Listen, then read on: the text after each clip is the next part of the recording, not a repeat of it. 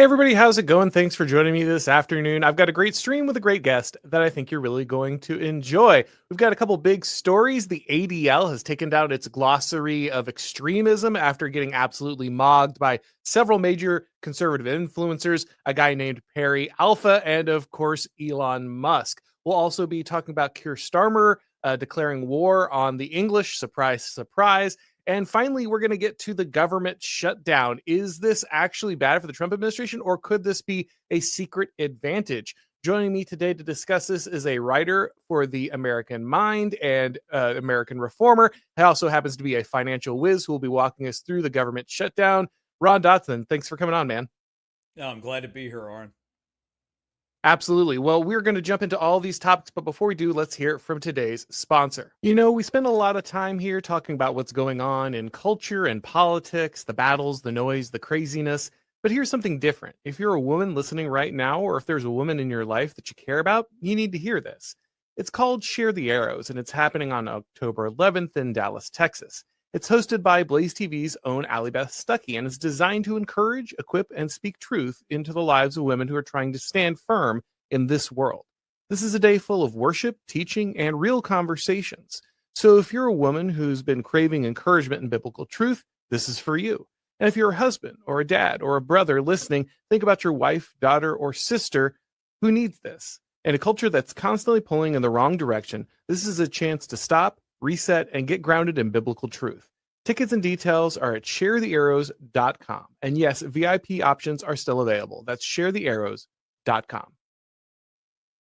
All right, so let's get started with our opening topic. The ADL has received a lot of fire recently for the fact that it had listed the Turning Point USA as a dangerous organization, an organization that was threatening in some way Jewish people by platforming people like Tucker Carlson and others with which the ADL disagreed. Obviously, this is a huge controversy after the death of Charlie Kirk. We know that organizations like Antifa are absent from the ADL's hate database because ultimately they are just leftists carrying water for the left. They have no interest in protecting America, the American people, or even Jewish people in general, honestly. Ultimately, their goal is to dismantle the United States. The ADL has been a scourge on the U.S. and has just been an absolute disaster for free speech and everything else that I think ultimately our nation stands for. We're going to take a look here quickly at the message that they put out on this retraction here. So the ADL says, with over 1,000 entries written over many years, the ADL Glossary of Extremism has served as a source of high-level information on a wide range of topics for years. Now, Ron, I don't know if you knew this, but this high level of information also included random numbers, like basically every number between 1 and 247, the OK ham symbol, look at me, mom, I'm doing anti-Semitism, and milk. So just an incredible source of high-level information that's been coming out of the ADL. I don't know how we're going to go on without it. Yeah, it's incredible. Even my daughter played some college soccer, and her number was listed as a hate number somehow. So, Yes, yeah. The college athletes sending these dog whistles through their different jersey numbers. If you have the ability to turn your mic up a little bit too, you're a little low there. Okay. But it also says at the same time, an increasing number of entries in the glossary were outdated. We also saw a number of entries intentionally misrepresented and misused. By that, they mean accurately seen and therefore described as being ridiculous. Moreover, our experts have continued to develop more comprehensive resources and innovative ways to provide information about anti-Semitism and extremist hate. At the ADL, we are always looking for how we can and should do things better. That's why we're moving to retire the glossary effective immediately. This will allow the ADL to explore new strategies and create new approaches to deliver our data and present our research more effectively. So this is like the anti-apology, right? Like, we did everything right, but obviously you chuds out there, you fools, you idiots, you took all this data, this beautiful data that we accumulated, and you twisted it. And so now we have to trash this whole thing and start again because you don't understand the complex operation that we're running over here at the ADL. Now, Ron, I think all of us recognize that the ADL has basically just been a hate group for years. It intimidates all kinds of government organizations, social media platforms. But we should also remember these guys are responsible for training the FBI as well. The FBI has used them as someone to inform their officers on what to think and how to think about hate crimes and anti-Semitism. Pretty great to see these guys eventually have to walk away from at least posting this stuff, right?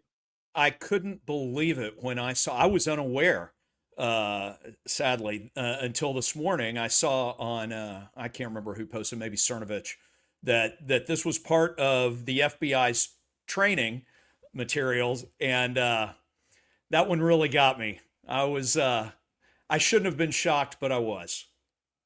Yeah, it's one of those scenarios where people just go on autopilot, right? Like you look at these different organizations and you think, well, we don't want people to hate Jewish people. Of course, we can invite the ADL in. I'm sure at some level, we'll be interacting with someone who's, got some anti-Jewish hate group or something, and so we should have this. What you don't recognize is that actually these organizations are far more insidious. They have a agenda that goes far deeper, ultimately, than just some idea that we're avoiding anti-Semitism. You can see this by all the people and numbers and terms that they have demonized. They've demonized America First as a term, saying this is a term of hate. They've said that Christian nationalism or Christ is King, these are catchphrases. Basically, they've just said all of Christianity is like anti-Semitic by its very existence. So this isn't so much a group that's interested in avoiding some kind of hatred of Jewish people. They're ultimately about hating Christians and hating America in general, honestly, it would seem. That's the real issue. I honestly would have less problem if they wanted to fund, if there were actual terrorist acts against certain groups, and making sure those get prosecuted as Christians, as we would all be for. We don't want targeted violence, in at least in that normal sense, against anyone. But no, this is purely anti-Christian, for the most part, propaganda, and it's unfortunate because I think there's probably some for whom this makes life more difficult than making it's contra to their stated purposes. But I don't think their stated purpose, I don't think their actual purpose is making life for American Jews better. I think it is a political, it is much more dark and revolutionarily political. Just by studying what they're doing, this is an it's very much related to what's going on in the UK. I think it's an anti American heritage, which an American heritage is primarily a Trinitarian pluralism that has great compassion to allow other folks to participate in that. But its bedrock is a Protestant Trinitarian pluralism, and that's really what's on the that's what's really in the crosshairs here. No, I agree entirely. And, I was just on the Matt Gaetz show yesterday, and I made a very similar case. I said, look, the purpose of a system is what it does, right? If the ADL is stated purpose is to reduce anti-Semitism, but what it actually does is increase anti-Semitism by being so hateful and so bigoted and so destructive to Christianity, to European civilization, so hostile to the idea of American identity or Christianity as part of American identity, when it attacks people for wanting to put this country before other countries that the ADL might be more fond of ultimately, then the purpose of the ADL is not to reduce anti-Semitism. The purpose of the ADL is to attack Americans, attack Christians, attack European heritage, right? Like that is the purpose of the system, is what it does. And so I think, the fact that Elon Musk was saying this loud on Twitter, and again, shout out to Perry Alpha for getting that Elon to focus on this and bring the level of attention that he did.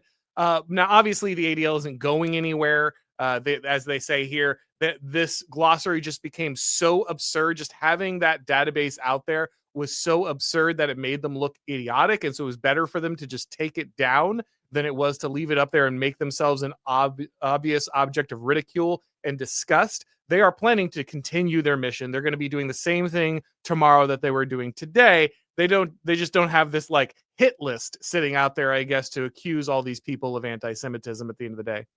Yeah, and it's unfortunate because there are very pro-Western civilization. And make no mistake, America, United States is the last bastion and champion of true Western civilization.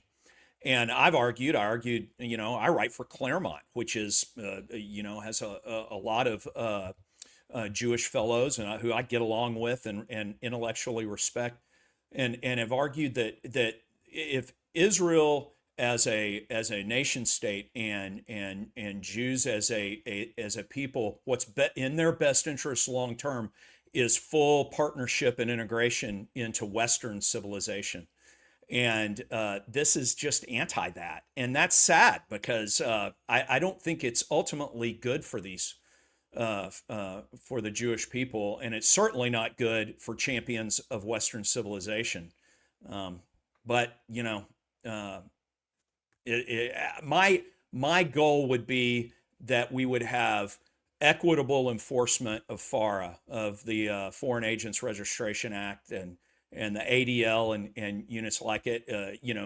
Most Jewish entities don't have to register under FARA and it's very unequal in its enforcement.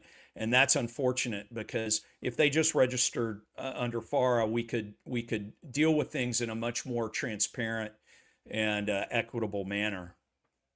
No, I'm with you 100%. APAC and ADL should simply be registered as agents of a foreign government, and then we can deal with them in the same way we deal with other agents of foreign governments. There are plenty of them out there. Some of them we're friendly to, some of them we're not. But the important 100%. thing is the consistency and the clarity, as you were saying. Once we know what we're dealing with, then it's much easier to deal with them fairly and equitably, rather than playing the shell game of like, well, because some of the people are in America or American citizens, therefore it's like this wouldn't work with any other country, right? If Qatar sends a bunch of people here to do deals, or Russia sends a bunch of people to do deals that have American citizenship but are working constantly on behalf of those two countries, everyone would see right through that. And by the way, for any organizations that exist for any other nation, along with Israel, that have the same structure, by all means, they should be registered as well. I want all of these foreign actors registered. I just don't want unmarked foreign influence of any country in the United States. But the ADL and APAC are obviously the ones that get highlighted so often because, as you say, they seem to get a carve out where many would not. That's right. And it's interesting. There's only one. That's the biggest carve out. Interestingly enough, there's a lesser used but similar carve out for some of the UK groups, which I know we're getting to. And isn't it interesting that we have some of the things going on in the UK that we do? I mean, this is just a neoliberal, multicultural. Ultimately, that's what's going on here, is a flattening out of everything else so that certain interest groups have outsized influence. Because if you remove the America first, and that's such a slogan, but it's true. If you remove the specific America first identification of our interests and make everything very flat and equal, then other interest groups have an outsized influence, and that's the game that's being played here.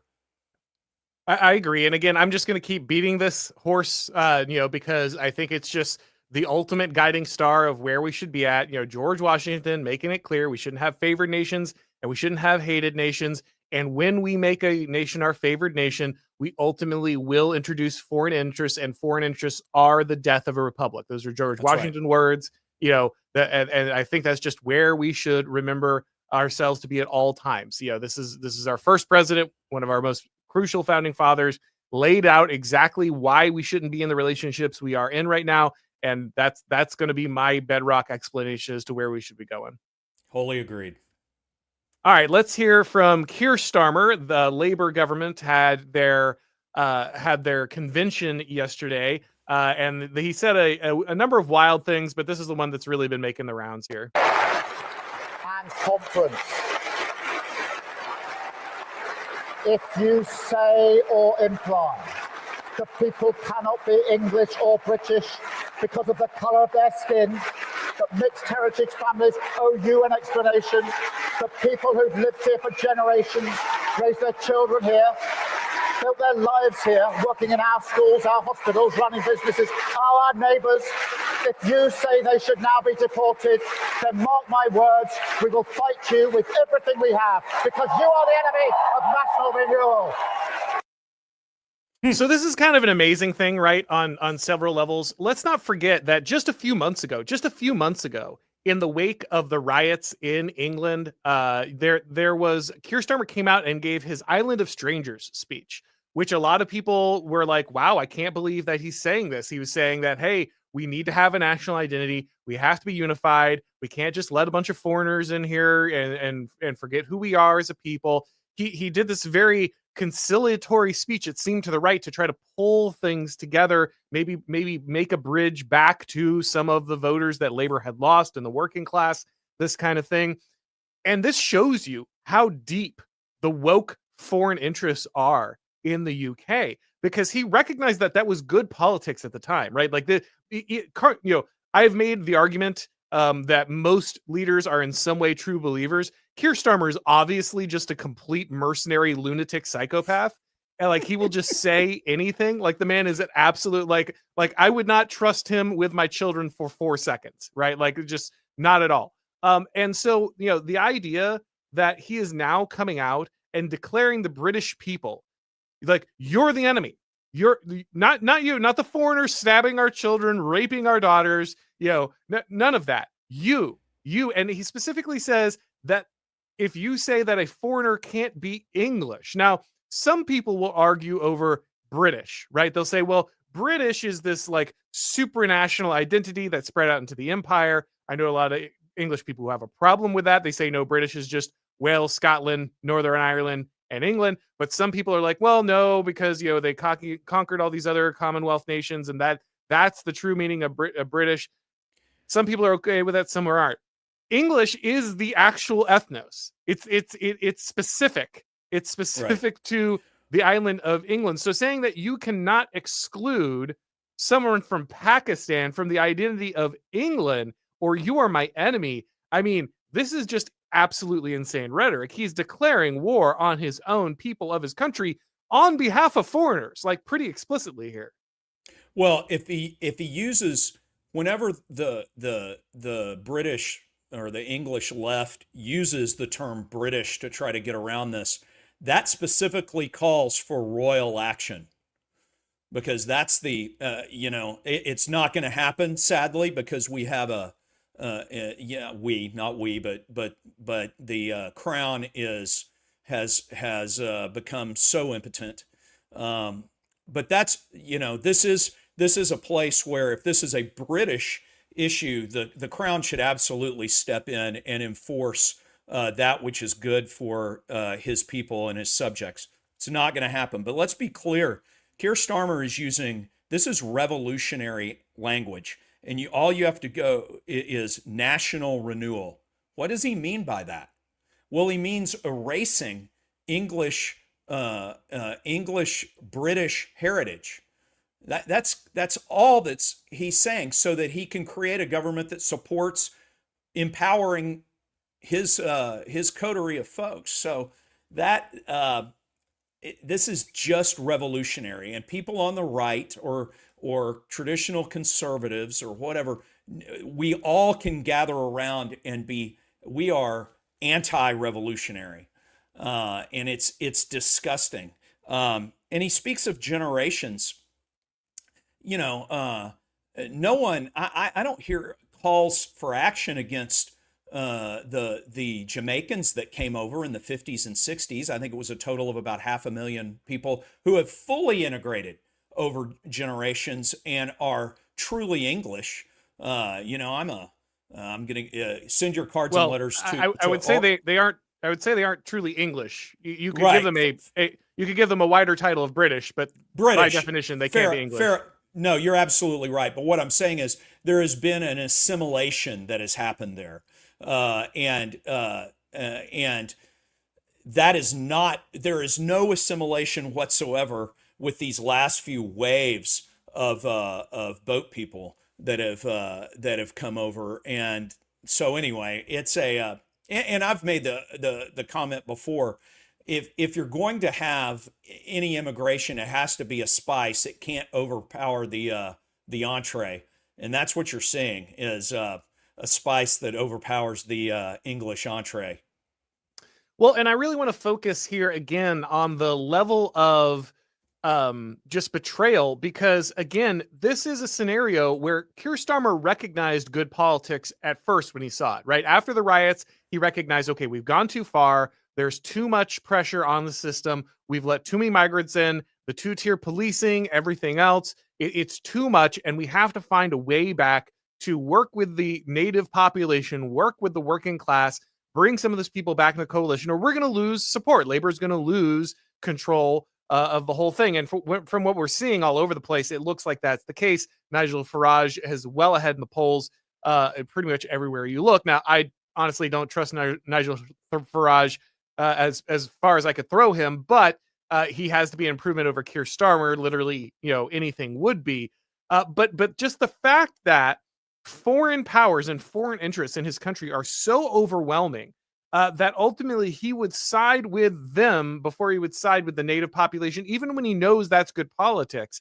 That really tells you something. And I've had ultimately I've people have asked me, well, why do you have this mass immigration? What is it there for? And my answer has been over and over again. It's the classic high and low versus middle strategy in political power, right? You get rid of the native population, you get rid of the middle class, you get rid of the people who have a tie to the land and different institutions and traditions that block the power of government, and you bring in a bunch of people who are just going to do what the government tells them, or they're going to vote for the people who brought them in and are giving them benefits no matter what. And this secures you permanent political power. And you got to kill the kulaks. Yeah, 100%. And because of that, we have this dynamic where Keir Starmer will literally just completely betray his own people, even when he knows that is the right move, even politically. And this is where I get angry with people who are like, well, democracy solves these problems. Popular sovereignty solves these problems. Look at these guys. Look, the British voted against immigration under Boris Johnson. They got way more immigration. They voted for less immigration under Rishi Sunak. They got more. They got record numbers of immigration. They vote for less immigration, and they get Keir Starmer, who has to basically threaten to jail them to stop them from asking for less immigration. And then he declares them the enemy. These are all democratically elected leaders. Every single one of them is a democratically elected leader. And all of them are directly against the population to the point where they have now declared the population that theoretically elects them the enemy. Don't tell me about liberal democracy. Liberal democracy has failed. It has certainly failed in England, and I think it's failed most other places it's practiced. Well, not to mix metaphors, but it's like Stockholm syndrome. And I think that there's a sense in which it seems like the people of the UK love their captors now because they've been subject to their rule for so long.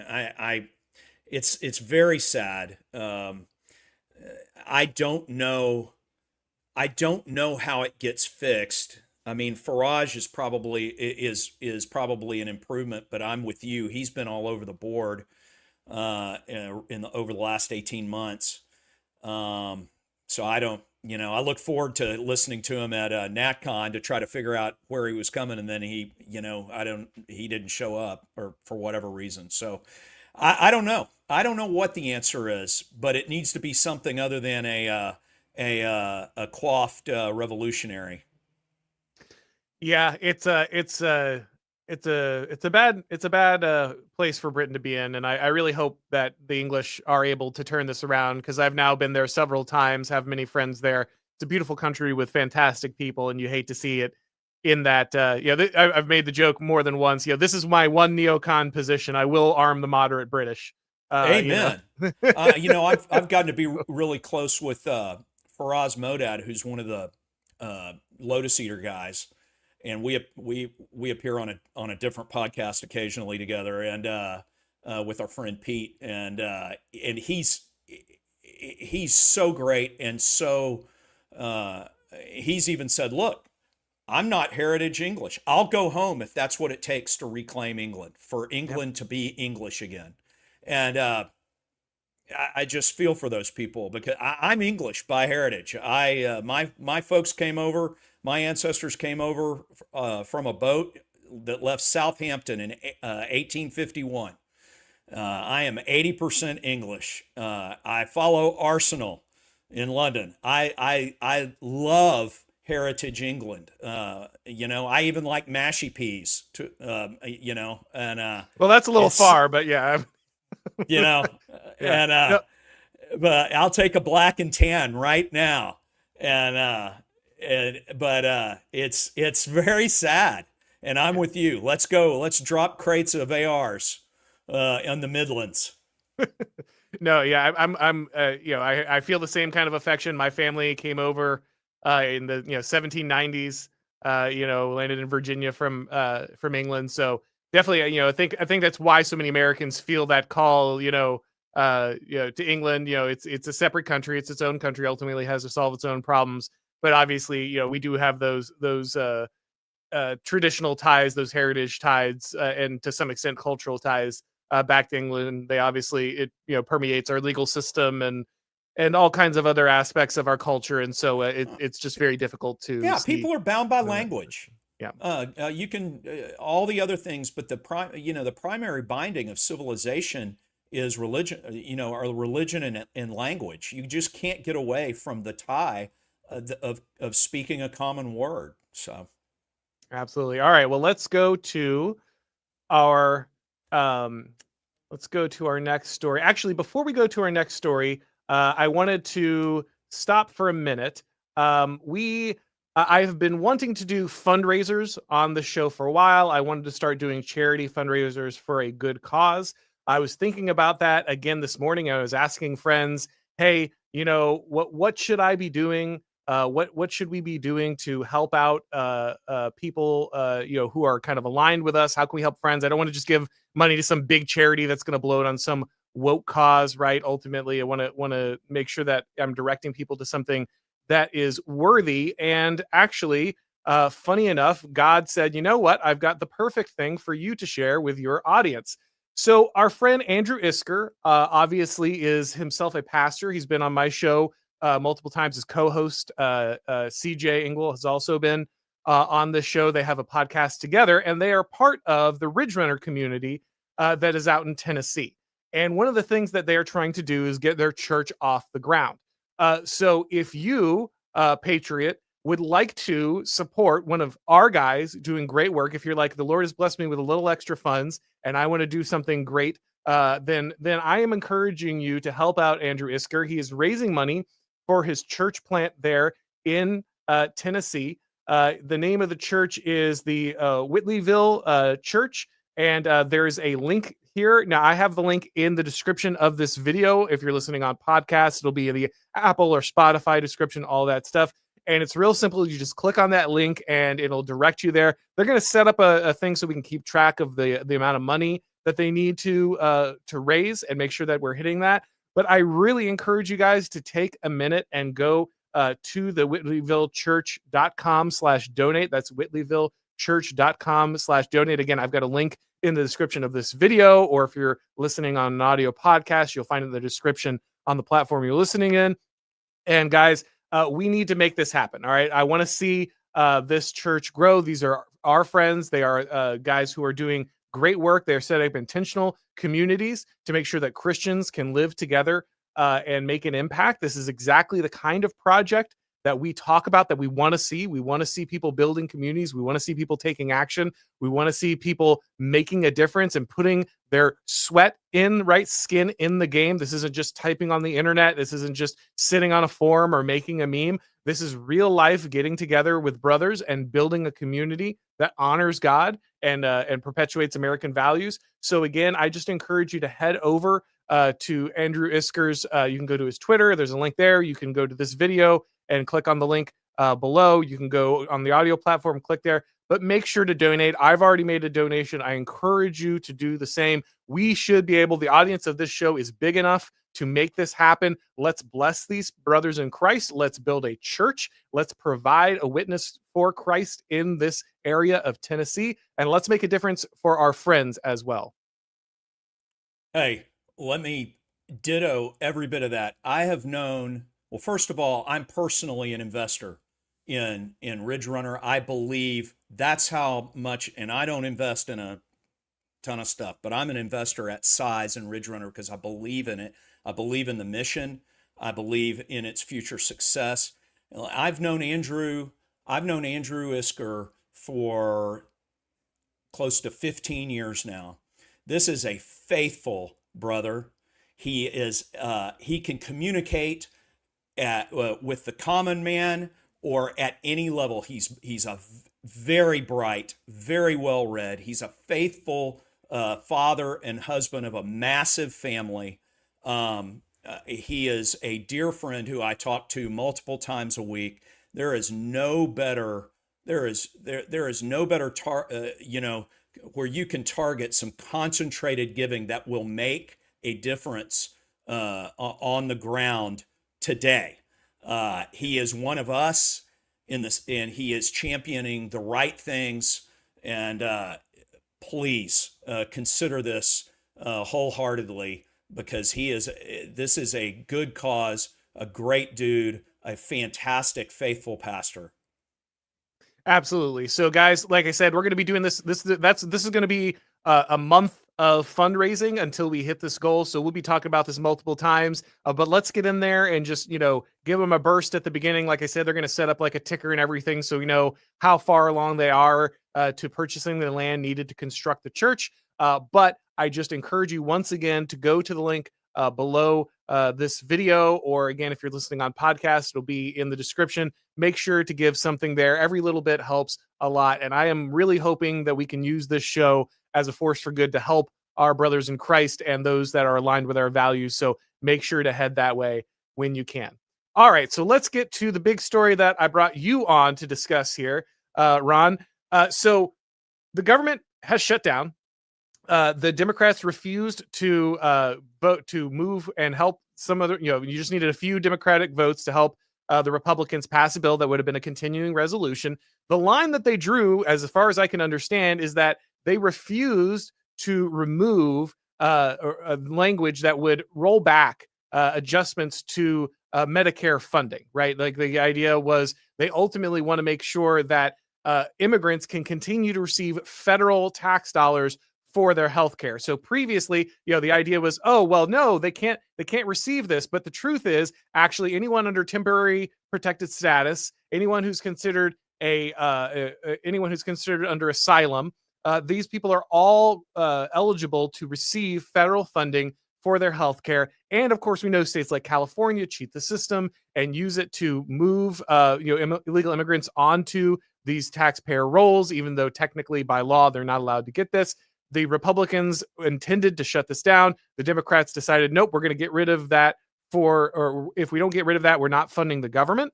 So they have shut down the government effectively. Now, a lot of people say, oh no, government is getting shut down. However, as I understand it, this could actually be a boon for the Trump administration, because once the government is shut down, once the funding is shut down, the Office of Management and Budget ends up becoming the one that gets to decide how the government is shut down. They get to decide which items get defunded, which personnel are non-essential and get furloughed, which different aspects of programs are no longer available. And so this gives a wide berth to the Office of Management and Budget to ultimately decide how the federal government is going to operate during the shutdown. Could you explain a little more about how this works?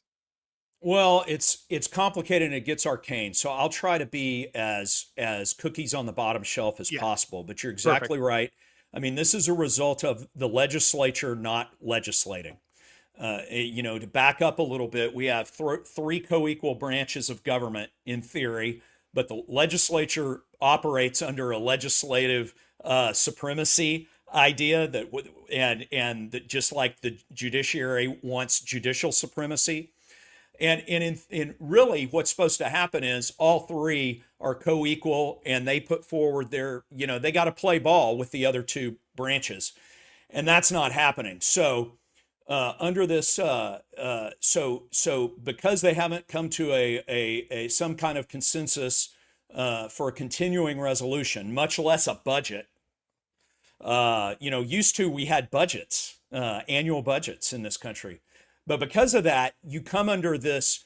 The Office of Management and Budget decides, and that's the check writing arm of the executive branch. Now, we know in theory, under constitutional law, that the executive branch serves at the pleasure of the chief executive. But over time, that power has been eroded. Through a lot of things, but during the Nixon time period, you had the Impoundment Act, which really eroded some of this power, and then you also have the Anti-Deficiency Act, and that's so you have OMB, Office of Management and Budget, and that's Russ Vought who runs that, and Russ is one of us. He was a Lincoln Fellow for the Claremont Institute, which is a officially nonpartisan but very conservative, if not right-wing in practice, think tank that full disclosure, I write for. But Russ has authority to have all the different agencies submit what are called these plans to determine which of their activities and employees are essential. And in response to that, those essential, the Anti-Deficiency Act says essential things must continue to be funded. And the non-essential things can be subject to a reduction in force or a RIF. And the reduction in force supersedes basically the civil service laws. In theory, civil servants can't be fired unless they aren't doing their job. So they don't really work under the pleasure, at the pleasure of the president. They're just eternal deep staters. But this furloughing, which happens under this reduction in force program, can get around that. Now, it's the official, I have to make clear, it's the official position of the presidency and the Office of Management and Budget that that a shutdown, we want the Congress to come up with a budget or a continuing resolution that follows under the auspices of their constitutional authority, and this should go along as planned. But since we're off script, because they couldn't do that in time, this is under the purview of OMB in order to exercise this authority. So, for instance, how can and I have to be careful not to say not to give complete transparency here, because this is, there's some politics being involved. But I know that, for instance, the OMB is looking very carefully at Schumer shoehorned into the last continuing resolution an $18 billion subway project called the Hudson Valley Commuter Rail, or I think it's technically called the Gateway Project. And so this is not essential. It hasn't been labeled as essential by any of the executive branch agencies. And so I think this will be used as a lever of power against Schumer and to make him come to the table. There's also the grant review process that OMB has. For instance, there's the PEPFAR program, and that is basically you won't believe this, but it's a program in which that was initially authorized under USAID, but it was moved into the regular continuing resolution program that is a African and Haitian transgender job program, millions of dollars. And so you have, so I know that they're going to be looking at basically not cutting checks for that. So this is, think of the president working to defund the deep state, in three separate ways. So you have impoundment, which this is not. This is all shutdown, which is under Anti-Deficiency Act. But you have impoundment, which is the idea that the executive has the authority to not spend that congressional spending that is authorized is a max, not a mandatory. And so you have that. Then you have this long-term look at what's called Schedule F, at attacking the eternality of civil servanthood. And now you have under a shutdown that which is essential versus that which is non-essential. And if it's non-essential, then it's the opinion of the executive that it shouldn't be ongoing. And it shouldn't be subject to zero, where you start the budget for that executive branch agency at whatever the maximum is this year. That's your zero line for next year. And so that's really the three ways they're going after it. And this last piece is what's absolutely part of this shutdown aspect. So, and I think the agencies are playing ball with their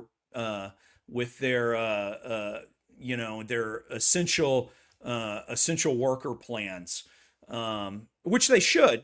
These are run by political appointees of the president, but they're very entrenched agencies. So we'll see.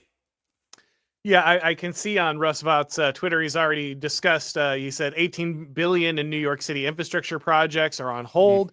Because they might be unconstitutional because of their DEI principles. He mentions the Hudson Tunnel project, like you were saying, along with a Second Avenue subway. He's also listed $8 billion in Green New Deal scam funding that will be cut in places like Colorado, California, Connecticut, Delaware, Illinois, Maryland. So we can see kind of where these pressure points are, how easy it is to apply this, which is great to see the Trump administration playing a little bit hardball here to kind of force the issue.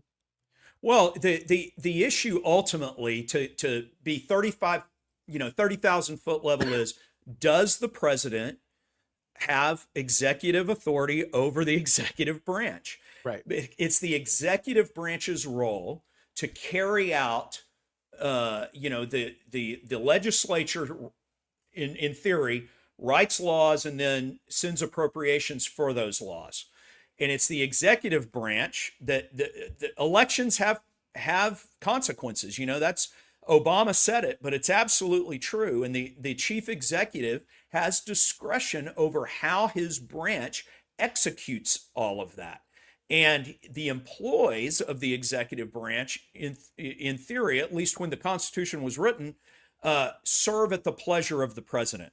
So it was FDR that really changed this with the creation of the civil service, that created this ongoing unfireable deep state that is just continually, and they're always left leaning, just by the sheer structure of it. So because right leaning folks generally don't want to work for. I mean, there's some good civil servants. That's not the point. The point is that this is a way for the left to exert power over anyone that has a not left perspective. That's the purpose of it, and they're not fireable. And so this is a way to at least tear some of that, if not a huge portion of it, down. And the longer this goes on, the more power they'll have, because if these people if they're not essential, then they're showing that they should be fired. They should be let go, and they shouldn't be reinstated when the government is when the shutdown is over. Yeah, I was going to ask you that next, because ultimately, like you said, the base position of the Trump administration is obviously we want the government to be active. We don't want a government shutdown. We do want proper funding. But ultimately, is there an advantage to a long-term shutdown for the Trump administration? Because as you said, not only do you get to strangle these programs and show how unimportant they are, But normally, a lot of this stuff is built on momentum. Like, even if we start the government back up, we'll still be funding a transgender African program, right? Like that will be where my tax dollars are going. So ultimately, if you strangle these programs for long enough, many of them will simply shut down. They will not be able to continue to operate with that stream of funding, much like USAID. They once that flow is gone for a while, they won't resurrect, even if the government restarts. So is there an argument that ultimately an extended shutdown favors the Trump administration in the long run? Well, I think there is. There's a political, you've got the political momentum of generations being told, and whose livelihood is dependent upon getting reelected, that that a shutdown always favors the left. I don't know that that's the case anymore. I kind of get the feeling that with the change in the Trump coalition, that there are those, and especially since they've been pretty savvy about making sure that certain things have continued, that are politically third rail, so to speak, continue to get funded, right? Yeah. But I think there is the idea, and of course, the congressional, both the Senate under Schumer and the congressional Democrats could come and acquiesce to all it's not like Congress, the conservatives, the Republicans in the Senate and the House are making super right wing demands. They're just not. They're not to our spot yet. Are they right of center? Yeah. But it should never be a question of us. First of all, the federal government should have zero role in healthcare. In my opinion, I don't know why it's, but that's the case. But why are they funding? Why would they ever fund the healthcare for a non-citizen? Right.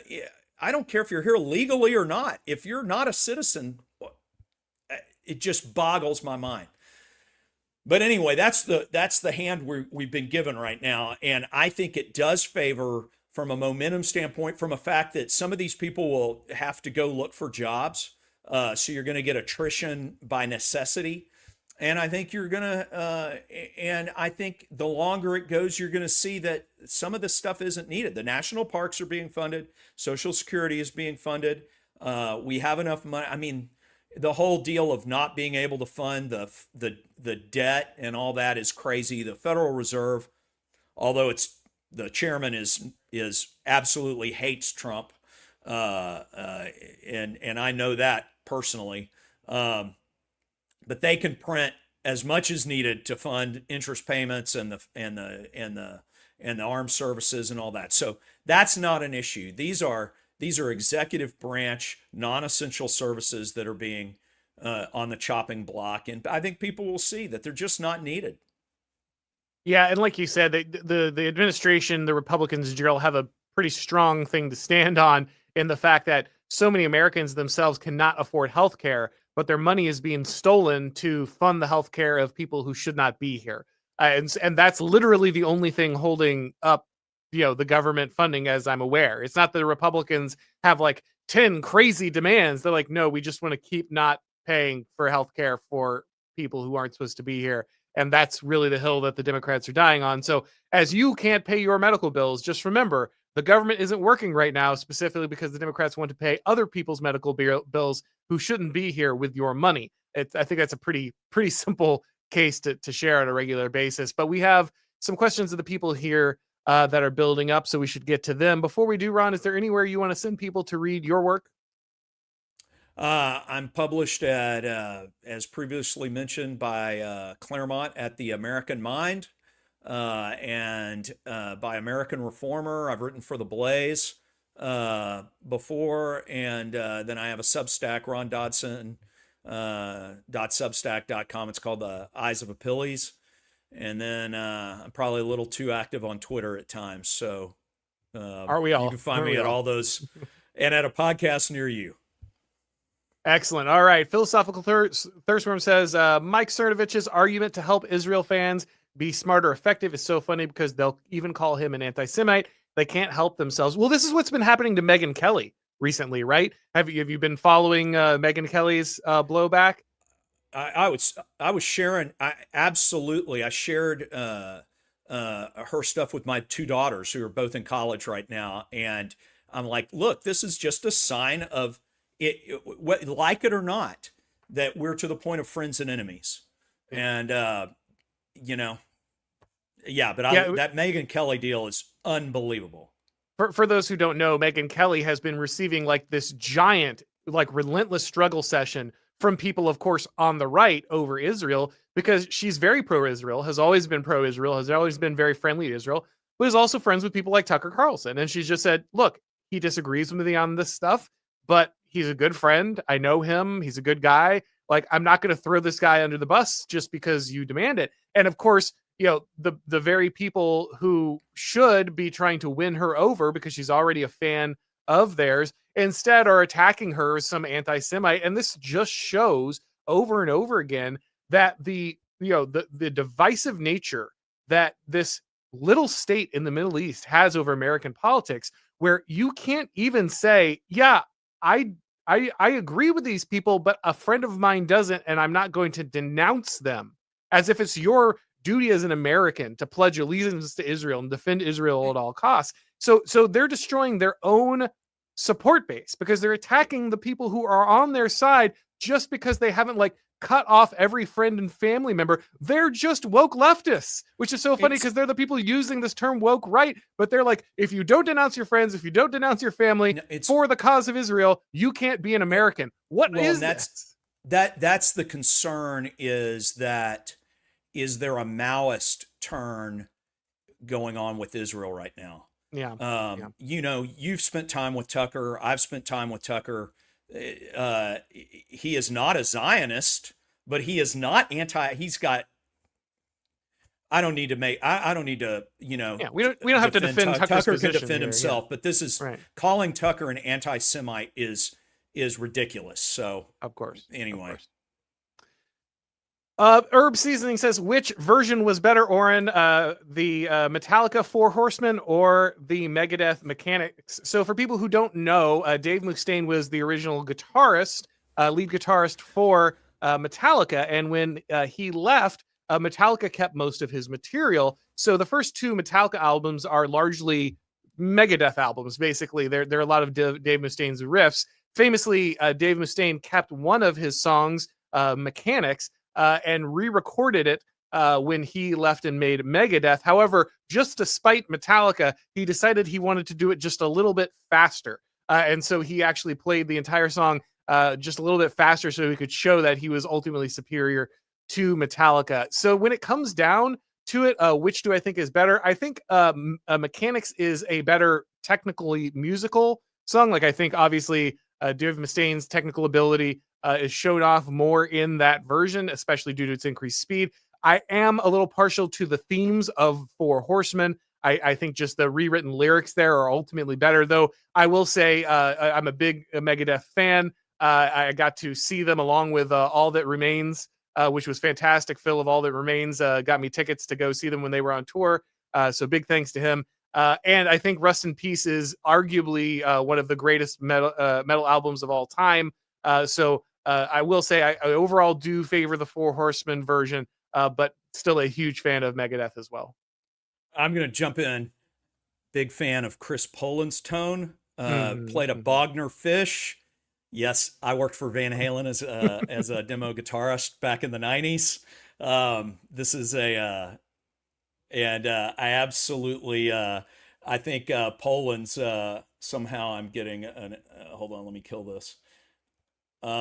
The Poland's tone using that Bogner Fish and I think a VHT power amp is absolutely outstanding. So there you go. Big Megadeth fans all around here. Brand Zwingle says 1790s, you Johnny come lately. I know. I'm basically a newcomer. Oh, well, no, you're Ron, you're like Ellis Island, you know, you're yeah, do I count? Do I get I guess you just barely sneak into the Heritage American. What were you said 18 something? Was it pre or post Civil War? just pre-Civil Okay, War, all and right. they So you made it. eventually You made the started Heritage in American cutoff. Alabama and Tennessee, and then to East Texas. There you go. There you go. Yep. All right. Mel Gibson, after 4 beers, again, one of the best names there. Without self-doxing, Whitleyville is in my general area. Love to see it and donating. God bless you and your show. Chat says Christ is king right now. Absolutely, Christ is king. And also, really glad to hear that you are near them, that you support what they're doing. Appreciate you donating. And everybody else, again, you have the opportunity to help out Andrew Isker and his church, help them build that church, get the land that they need. By following the link down in the description of the video or the podcast, depending on what platform you're on. Thirstworm says, lefty YouTube channels are hoping for Tea Party level concessions from GOP, like demasking ICE. The base wants much more than can be won. Very sad. Oh yeah, I mean, if they think that this is like their key leverage to defang the Trump administration, I think they really misunderstand who has the whip hand in this one here. I don't think that I don't think public support for Donald Trump is going to collapse because he doesn't want to pay your tax dollars for immigrant health care. But best of luck with them with selling that one. He also says Trump RX and farmer pricing negotiations is smart budgeting and smart politics. If Trump can get a check out with his name, I think he wins the midterms. Any thoughts on that? Well, I think that it's a great from a chief executive who's a champion of his people and saying, hey, we've got to stop using the pocketbooks of Americans to fund basically when a drug is researched, it's expensive and you've got to see that return, but that return is born by and large off the backs of Americans more so than any other part of the world. And Trump as chief executive, as champion of his people, of his citizens, to make that more equitable is absolutely valid, not just from a politics, low understanding of politics, but from a high understanding of politics, of that which is just and righteous. I fully support it. No, I'm with you. For my entire life, I heard this argument from the right, and it never sounded correct. Oh, well, if we are, controlling these drug prices or dealing with these drug prices, then ultimately, they'll just stop, trying to invent new drugs, and it'll be, the United States has to bear this cost, and no other nation will do it. It's like, what? Why?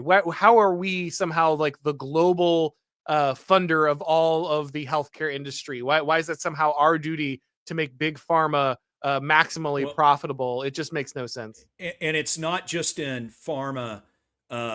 You start to see anytime the stock market gets really, really frothy and like we are doing right now, and the underlying math for what's supporting it, jobs and home sales and all these things below start degrading, then you start seeing all these financialization products that come out in order to try to zap the people with to try to pull as much levered rentier income out of that as possible while the market's at a top. And you're starting to see that. And it's the same function as what the big pharma companies do. It's just, we're the big wealthy target. So, let's go get those guys. Art says over $1 billion a month is spent on healthcare for 1.6 undocumented people in California. The government shutdown can last in perpetuity until this ends. Americans are tired of supporting anyone but Americans. Again, I agree, and I think this is a very strong argument. I think this is that's why I feel like Democrats who think this is like their opportunity to leverage the administration for all kinds of like concessions with ICE or something. They're just misunderstanding the strength of their position here. And so I am glad to see the administration understands that they can put pressure in some really critical places to make sure that they have to come to the table. Wild Speaker says Democrats have never been so unpopular.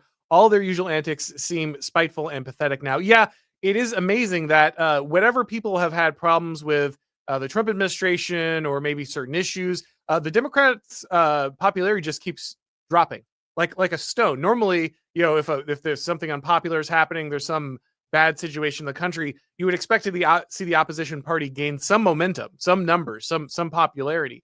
But that has just not been the case. It feels like even if at times the Trump administration is staggering or missing the mark on some things, the Democrats are somehow still in a worse place and are not really sure how to rally back.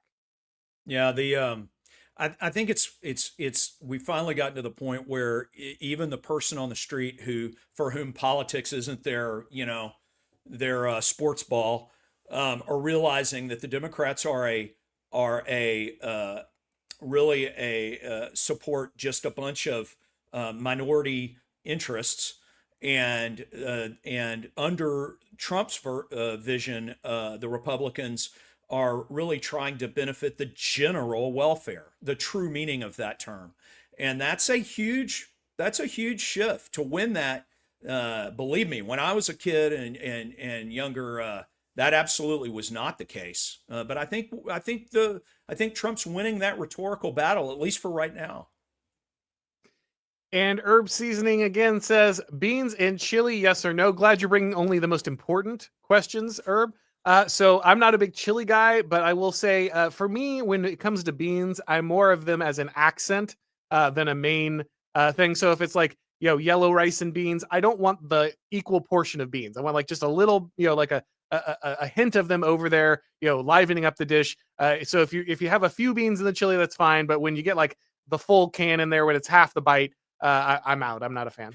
Yeah, traditionally Texas chili does not have beans, but if they're spicy and firm and rare, like what Auron's talking about, then I'm all, I think you can do a good job with it. But I eat chili once a year, maybe. Yeah, if that. Yeah. My wife loves it. She's Canadian, so explain that. The Texans are coming to pull your license. I'll tell you what, my wife's family, we moved them down here. They're they are English Canadian, and they are very Texan. My father-in-law never leaves the house without his cowboy boots on, and is very much one of us, if you know what I mean. So it's pretty cool. Fantastic. All right, guys. Well, we're going to go ahead and wrap this up. Always a pleasure talking with Ron. And of course, if it's your first time on this show, you need to go ahead and subscribe on YouTube, click the bell notifications so you know when we go live. If you want to get these broadcasts as podcasts, you need to subscribe to the Ron MacIntyre Show on your favorite podcast platform. And if you do, please leave a rating or a review. It really helps with the algorithm magic. And of course, don't forget, if you can donate to Andrew Isker's church in Tennessee, please do so. The description below will give you the link you need to get there. Thank you, everybody, for watching. And as always, I will talk to you next time.